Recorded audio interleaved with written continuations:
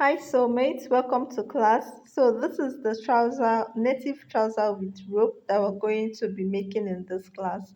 And of course, the top is in a previous video just before this one. Do well to watch it.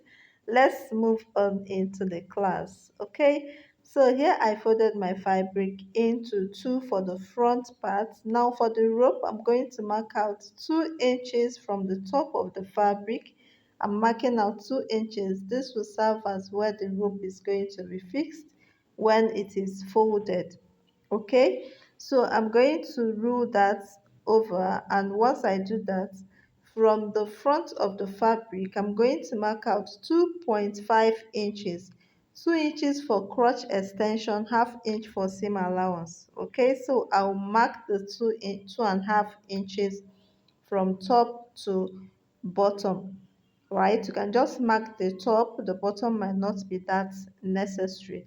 All right, so once that is done, the next thing I'm going to be doing is to take measurement from the 2 inches at the top. That is where all measurement is going to start. So I will take the length of the trouser plus 2 inches hemming allowance or folding allowance, whichever one you choose to call it. Okay, I will rule that across. Now the next thing we're going to get is our crotch length. The crotch length I got from dividing the hip into 4, and that's all. So if your hip is 40, divide it by 4, and you're going to be marking 10 inches. So I'm going to mark the 10 inches this way also. So this is our crotch length, right? This is our crotch length. From waist to hip is going to be the same, as in from the waist down is 10 inches for the crotch length. We've already marked 2.5 inches, which is going to be crotch extension. So for the circumference of the hip, I'm also going to divide into 4. But because I want it to be free on the person, I'm going to add ease allowance of either half an inch or 1 inch plus 1 inch seam allowance because we are cutting directly on the fabric. Okay, so whatever I mark on the crotch line, I'm going to mark on the waistline. So I'll just use it to form a box, right? I'm using it to form a box. Here I did not mark any hip line. All I need is the crotch length and crotch extension. The waist is just going to be the same measurement as the crotch area. So I'll divide what I have in the box into 2.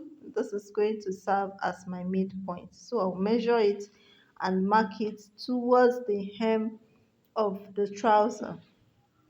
Okay, towards the hem of the trouser, I'm just going to rule it straight. This will make it possible for us to get a straight line and then divide our ankle into equal parts. Okay, so I'll rule it down and then we are going to continue after this.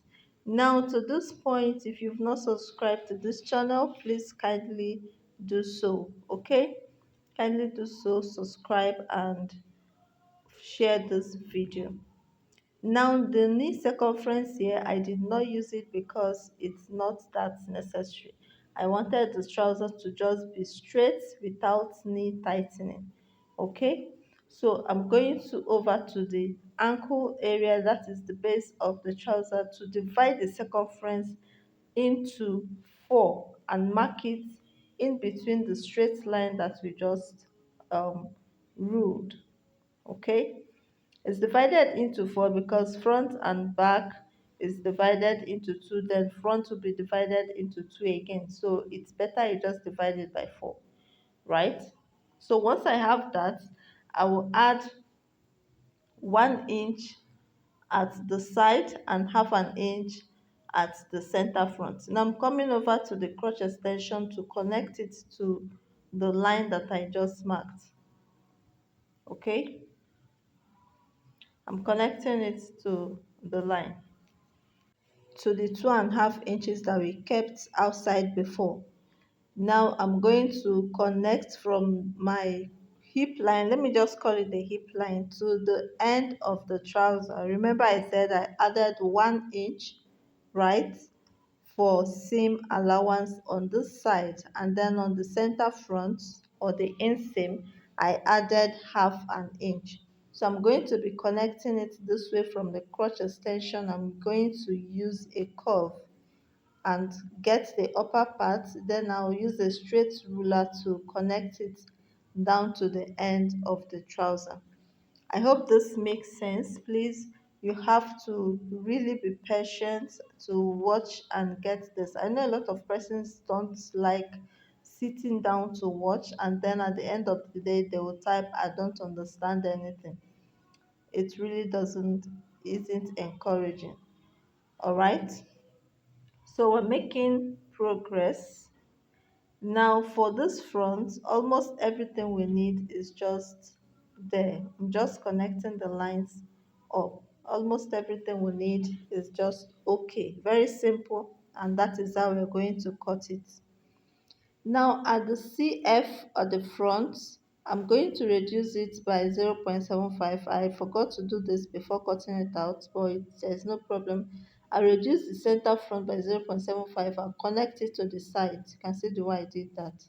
Right, so I've placed it on the back side, and I'm going to raise the center back by 1.5 inches from the 0.75 that I just cut, and I'll connect it to the side of the front.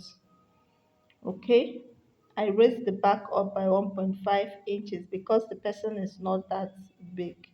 Now at the center back, I'm going to add 2 inches from where the crotch extension from the front stops. I'm extending it by 2 inches.